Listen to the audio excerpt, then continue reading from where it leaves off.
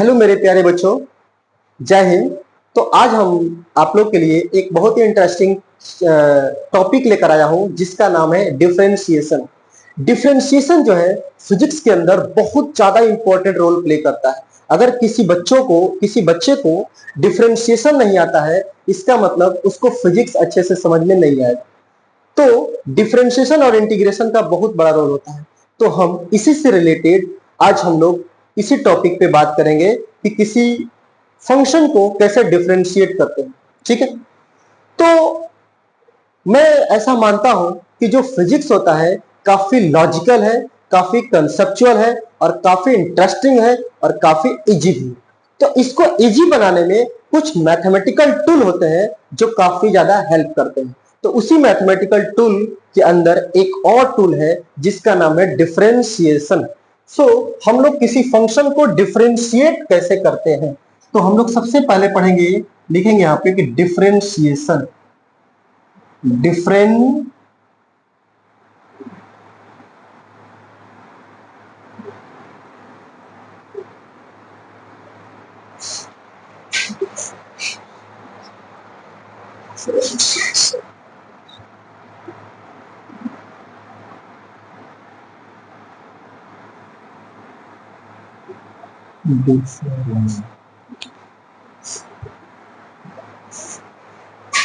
Hello मेरे प्यारे बच्चों,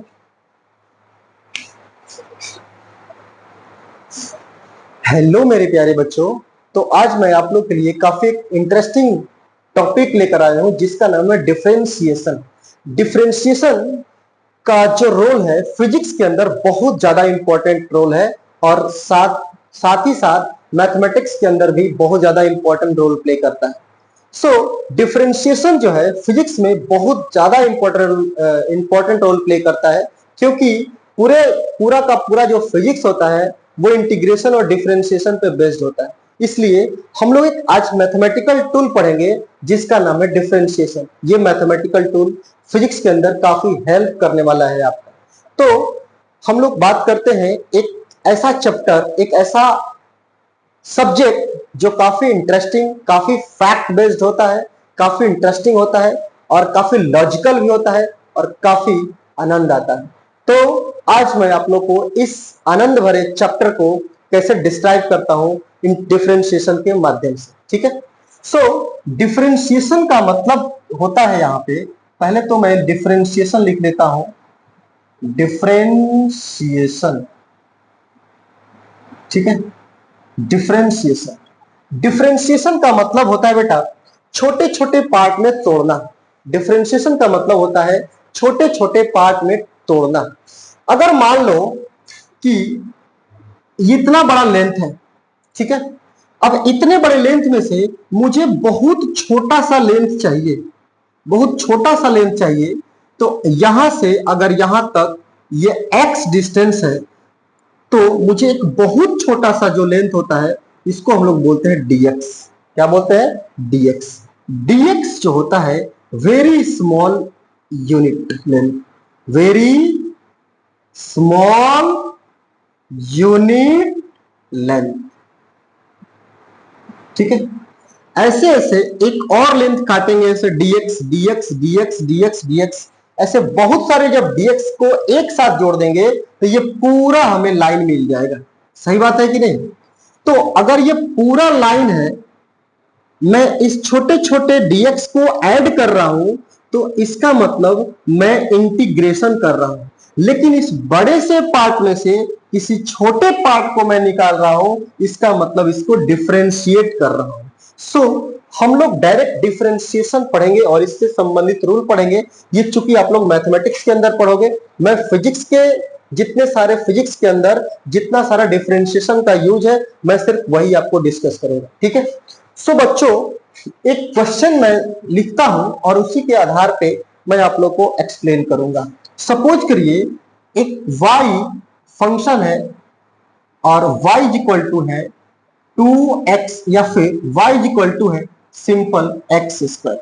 ठीक है, मैं इसको लिखूंगा कि y जो है ना, लिखूंगा y is the function of y is the function of x. चूंकि इस यहां पे जो इक्वल टू के अंदर है वो एक्स स्क्वायर है, ठीक है, और ये एक्स स्क्वायर वो वैल्यू है जिसके ऊपर वाई डिपेंड कर रहा है, ठीक है। तो लिखेंगे इसको y is a function of x। y जो है x का फंक्शन है, मतलब x जैसे जैसे कहेगा वैसे वैसे y करेगा, ठीक है। तो इसीलिए हम लोग इसको बोलते हैं y is the function of x। Suppose करो मैं y is equal to 2t square plus 6t plus 6 लिखता हूं, तो मैं यहां पर लिख दूंगा कि y is the function of t। लिखूंगा y is the function of t। y is the function of t। y जो है t का फंक्शन है। सपोज कीजिए हम एक रूल पढ़ने जा रहे हैं, रूल नंबर 1 इसका नाम देते हैं। अगर y is equal to x to the power n है, y is equal to x to the power n। अब इसका फॉर्म क्या होगा बेटा? तो देखो y is equal to x to the power 2। तो यहां पे n की वैल्यू क्या है? 2 है। तो मैं इसको डिफरेंशिएट कैसे करूंगा? तो सबसे पहले देखूंगा कि y किसका फंक्शन है, तो x का फंक्शन है। तो ऊपर आएगा, किसको डिफरेंशिएट करना है? y को। तो मैं लिखूंगा d ऑफ y, क्योंकि y को डिफरेंशिएट कर रहा हूं किसके रिस्पेक्ट में? x के रिस्पेक्ट में। तो लिखूंगा dx, और इसको मैं लिख सकता हूं differentiation of y, differentiation of y with respect to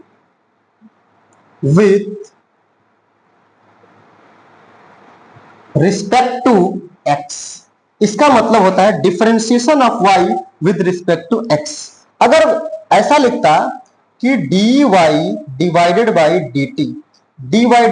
dt, तो मैं इसका लिखता कि differentiation of y with respect to t, ठीक है। तो इस तरह से हम इसको लिख सकते हैं, ठीक है। अब मैं इसका डिफरेंशिएशन तो मैं लिख दिया कि भाई ये इसका मतलब समझा दिया कि dy बाई dx का मतलब क्या होता है। अब मैं इसकी वैल्यू को फाइंड करता हूं। तो देखिए बेटा, अगर y is equal to x to the power अगर n है, तो इसका dy बाई dx हो जाएगा n के मल्टीप्लाई में आएगा x, और x to the power n minus 1, n-1। देखिए ये हमारा एक रूल है, ठीक है, और इस रूल को आप लोग को याद करना पड़ेगा बेटा। इसका कोई शॉर्टकट नहीं है। मुझे लगता है कि आप लोग आसानी के साथ याद भी कर लिए होंगे अब तक से। मैं इसको एक एग्जांपल के तौर पर समझाता हूं। y is equal to x to the power 4 है, y is equal to x to the power 4 है। तो यहाँ पे n की वैल्यू क्या है? 4। n की वैल्यू कुछ भी हो सकता है, फ्रैक्शन हो सकता है, डेसिमल हो सकता है ना, कोई नेचुरल नंबर हो सकता है, होल नंबर हो सकता है, कुछ भी हो सकता है, ठीक है। तो हमने n की वैल्यू यहाँ पे 4 लिख दिया। अब मैं y को डिफरेंशिएट करूंगा x के फॉर्म में, सो dy बाई dx, हो जाएगा। n की वैल्यू कितना है? 4। तो यहाँ पे लिख देंगे 4x है तो x ऐसे लिख दीजिए आप, 4 माइनस 1, सो हो जाएगा यहाँ पे dy by dx is equal to 4x to the power 3। यह हमारा आंसर हो जाएगा, ठीक है। यह हमारा क्या हो जाएगा? आंसर। मुझे लगता है कि ये काफी आसान है, आप लोगों को समझ में भी आ रहा होगा। इसके कुछ और भी क्वेश्चन सॉल्व कर देते हैं जिससे आपका और भी कॉन्सेप्ट क्लियर हो जाएगा, ठीक है। सो हम लोगों ने एक रूल सीखा है, डिवाइड बाय, अगर y is equal to x to the power n है तो divide by dx nx n-1, ठीक है। अब मैं लिखता हूं y is equal to 3x to the power q, इस तरह से, ठीक है। अब मैं इसको लिखूंगा dy बाई dx। मैं y को डिफरेंशिएट कर रहा हूं x के रिस्पेक्ट में, तो इक्वल टू हो जाएगा बेटा, ये 3 जो है ना, ये कोफिशिएंट है किसका? x का। तो कोफिशिएंट x का क्या है? कांस्टेंट है, ये 3 इज अ कांस्टेंट। तो कांस्टेंट को हम लोग इंटीग्रेशन से बाहर रखते हैं, ठीक है। कांस्टेंट को इंटीग्रेशन से बाहर रखते हैं और तब जाकर के हम डिफरेंशिएशन करेंगे। अब अगर मैं इस 3 को बाहर रख दिया तो अब हमारे पास क्या बचा? x to the power q।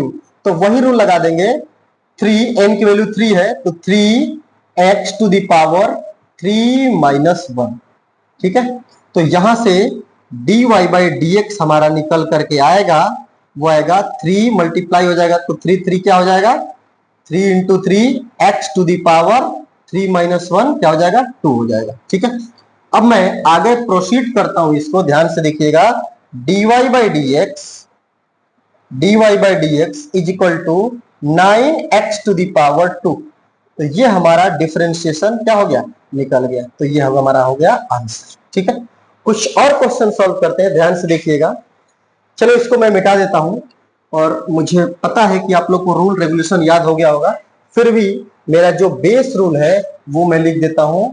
If y is equal to x to the power n, then dy by d x is equal to n x n minus 1। ठीक है, ये हमारा फॉर्मूला है। ठीक है, for example y is equal to लेते हैं 3/2 x to the power 5/2। इस तरह से हम इक्वेशन लेते हैं। ठीक है, तो यहां पर बेटा देखो n की वैल्यू क्या है, n की वैल्यू है 5/2। ठीक है, और ये कांस्टेंट है, x का कोफिशिएंट है और वो भी कांस्टेंट है, जिसको इंटीग्रेशन डिफरेंशिएशन से बाहर रखेंगे। सो हम किसके रिस्पेक्ट में डिफरेंशिएशन कर सकते हैं, तो x के रिस्पेक्ट में डिफरेंशिएशन कर सकते हैं। क्यों, क्योंकि y is the function of x।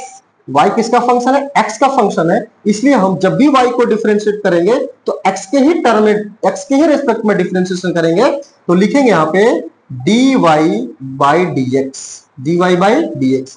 Constant है, इस कांस्टेंट को बाहर रखिए, इंटीग्रेशन n की वैल्यू है 5/2, तो यहां पे लिखेंगे 5/2 x to the power 5/2 minus 1। तो ये हमारे पास आ जाएगा।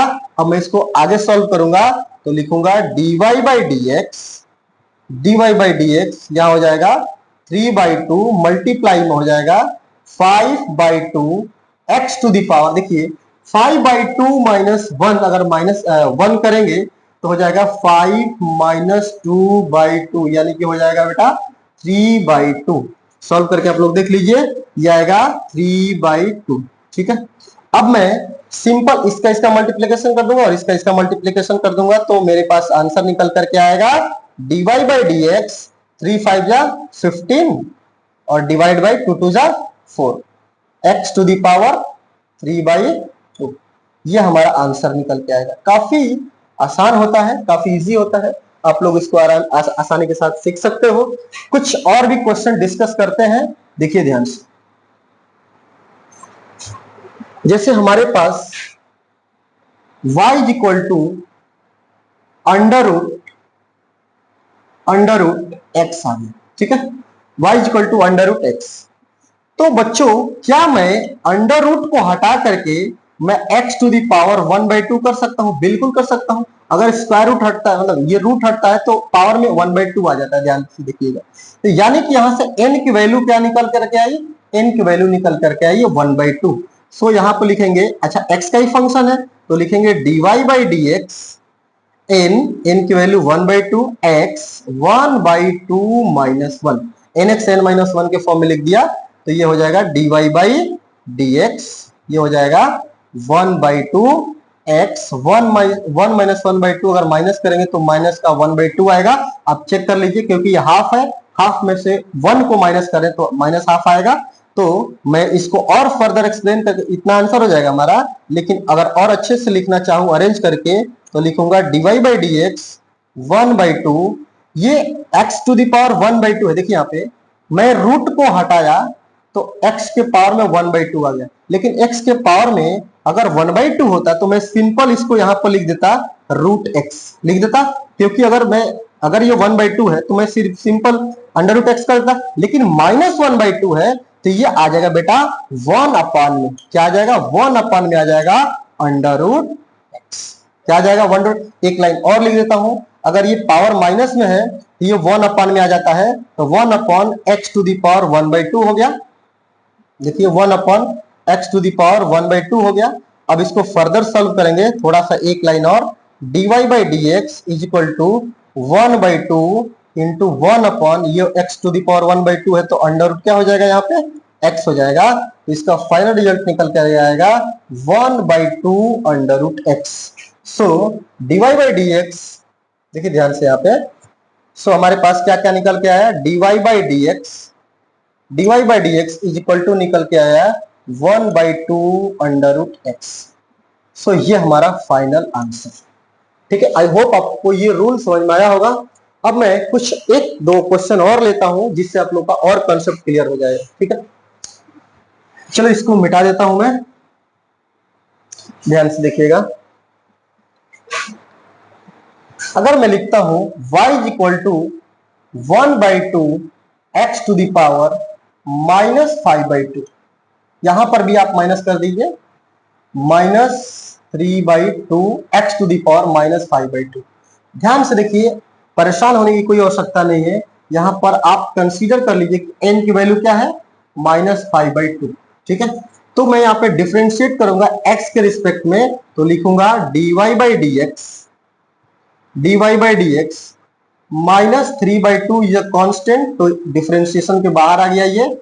उसके बाद हमारे पास बचा x के पावर -5/2, यानी n की वैल्यू -5/2 है, तो मैं लिखूंगा -5/2 मतलब n x n-1 मतलब -5/2 -1। ये हमारा आ गया रूल के हिसाब से। तो मैं इसको फर्दर सॉल्व करूंगा, सो लिखूंगा dy by d x is equal to, ये देखिए माइनस और माइनस ये मल्टीप्लाई में है तो प्लस हो जाएगा, 3/2 into 5/2 x to the power -5/2 -1। देखिए यहाँ पे -5/2 -1 1 2 एलसीएम हो जाएगा -5 और -2 यानी कि -7/2, ये हो जाएगा -7/2। ठीक है ना, कोई दिक्कत नहीं, कोई दिक्कत आई थिंक नहीं होनी चाहिए।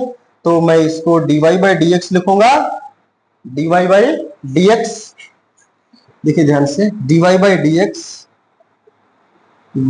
D x is equal to हो जाएगा 15 divided by 4 x to the power -7/2। अगर आप इसको कुछ और लिखना चाहते हो, ये तो आंसर आपका हो गया, लेकिन इसको और कुछ ना लिखना कुछ और लिखना चाहते हो तो ज्यादा से ज्यादा आप ये लिख सकते हो, ये हो जाएगा, देखिए ध्यान से, dy by d x is equal to 15 divide by 4 1/x to the power 7/2। बस इससे ज्यादा और कुछ नहीं लिख सकते इसको।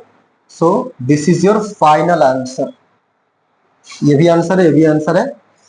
तो आई होप ये वीडियो आप लोगों को समझ में आया होगा, काफी यूजफुल वीडियो है। सो सभी लोग जाकर के देखिए, ये रूल बहुत ज्यादा मात्रा में यूज होता है, इवन 75% तो सिर्फ अकेले यही रूल यूज होता है। तो आप लोग जाकर के इसको देखिए और लाइक कीजिए, मेरे चैनल को सब्सक्राइब कीजिए, ताकि और भी आप लोग को ऐसी इंटरेस्टिंग वीडियो और इजी वे में आप लोग को एक्सप्लेनेशन दे सकूं। Thank you so much.